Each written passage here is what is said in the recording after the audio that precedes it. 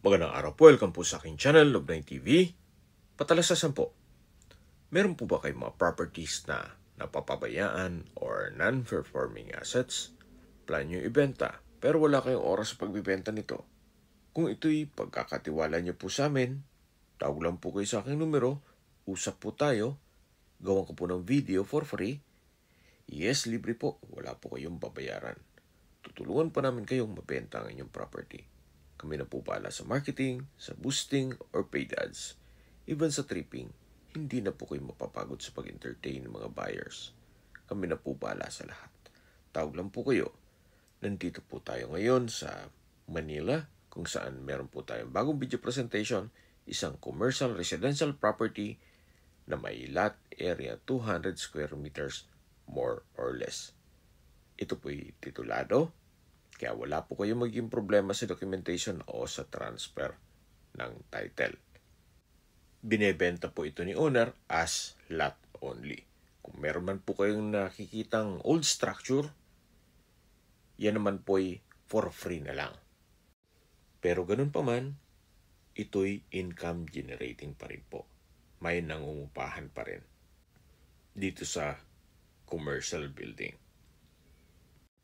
Bihira na po ang nagbebenta dito ng tituladong commercial lot na nasa malapad na daan at malapit pa po sa Taft Avenue. Ang binabayaran nyo po dito ay yung lokasyon. Kaya disregard nyo lang po. Ito pong old structure. Okay, anong meron sa lokasyon itong property? Ito po'y napakalapit lang o walking distance sa Taft Avenue, then Philippine Women's University, Philippine Christian University, at sa iba pang business establishments at government offices dito sa Manila.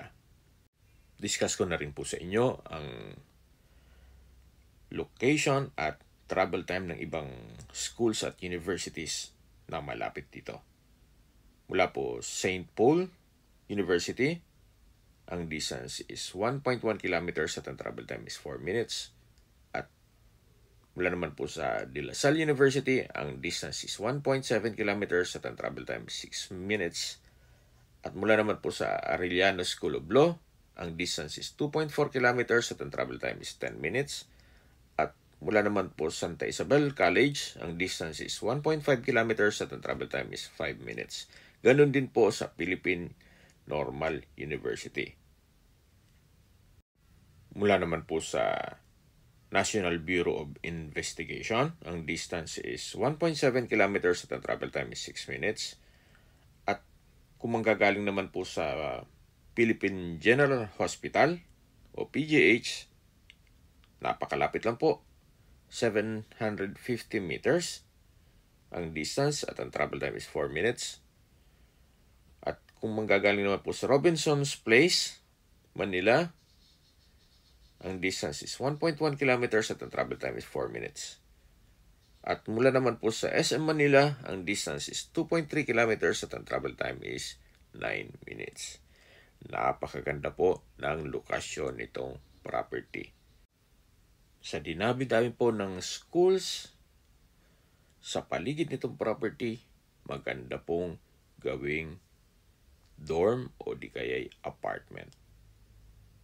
Then sa baba, pwede nyo pong lagyan ng commercial space. Okay, sa presyo na po tayo. Binebenta po ito ni owner sa halagang 30 million pesos. Net, ibig sabihin, si buyer na po ang sasagot sa lahat ng taxes at expenses with regards to documentation.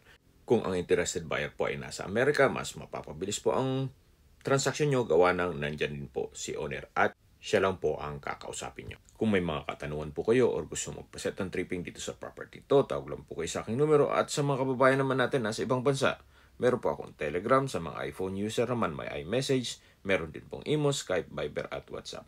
Same number lang po, 0917-316-3399. Sa mga nagtatanong naman po ng aming Facebook, meron po aming Facebook page na Love9 TV at Facebook Reels Video. Meron din pong TikTok at Instagram na Love9 TV. Meron din po kami ibang YouTube channel na The Love9 TV channel at AC Listings. Sana po naibagyan nyo ang aming video presentation. Paki-like and subscribe na lang po sa aking channel para ma-update din po kayo sa aking future listings. Kung sakali po hanap nyo yung mas malaking sukat ng lupa, meron din po kami ibang listings na pwede nyong pagpilian. Huwag po kayong mag-atubiling tumawag sa amin, then let us know your budget para malaman namin kung anong property pwede naming i-alok sa inyo. Sa lahat pong viewers, subscriber, at nagtiwala po sa amin, salamat po sa suporta.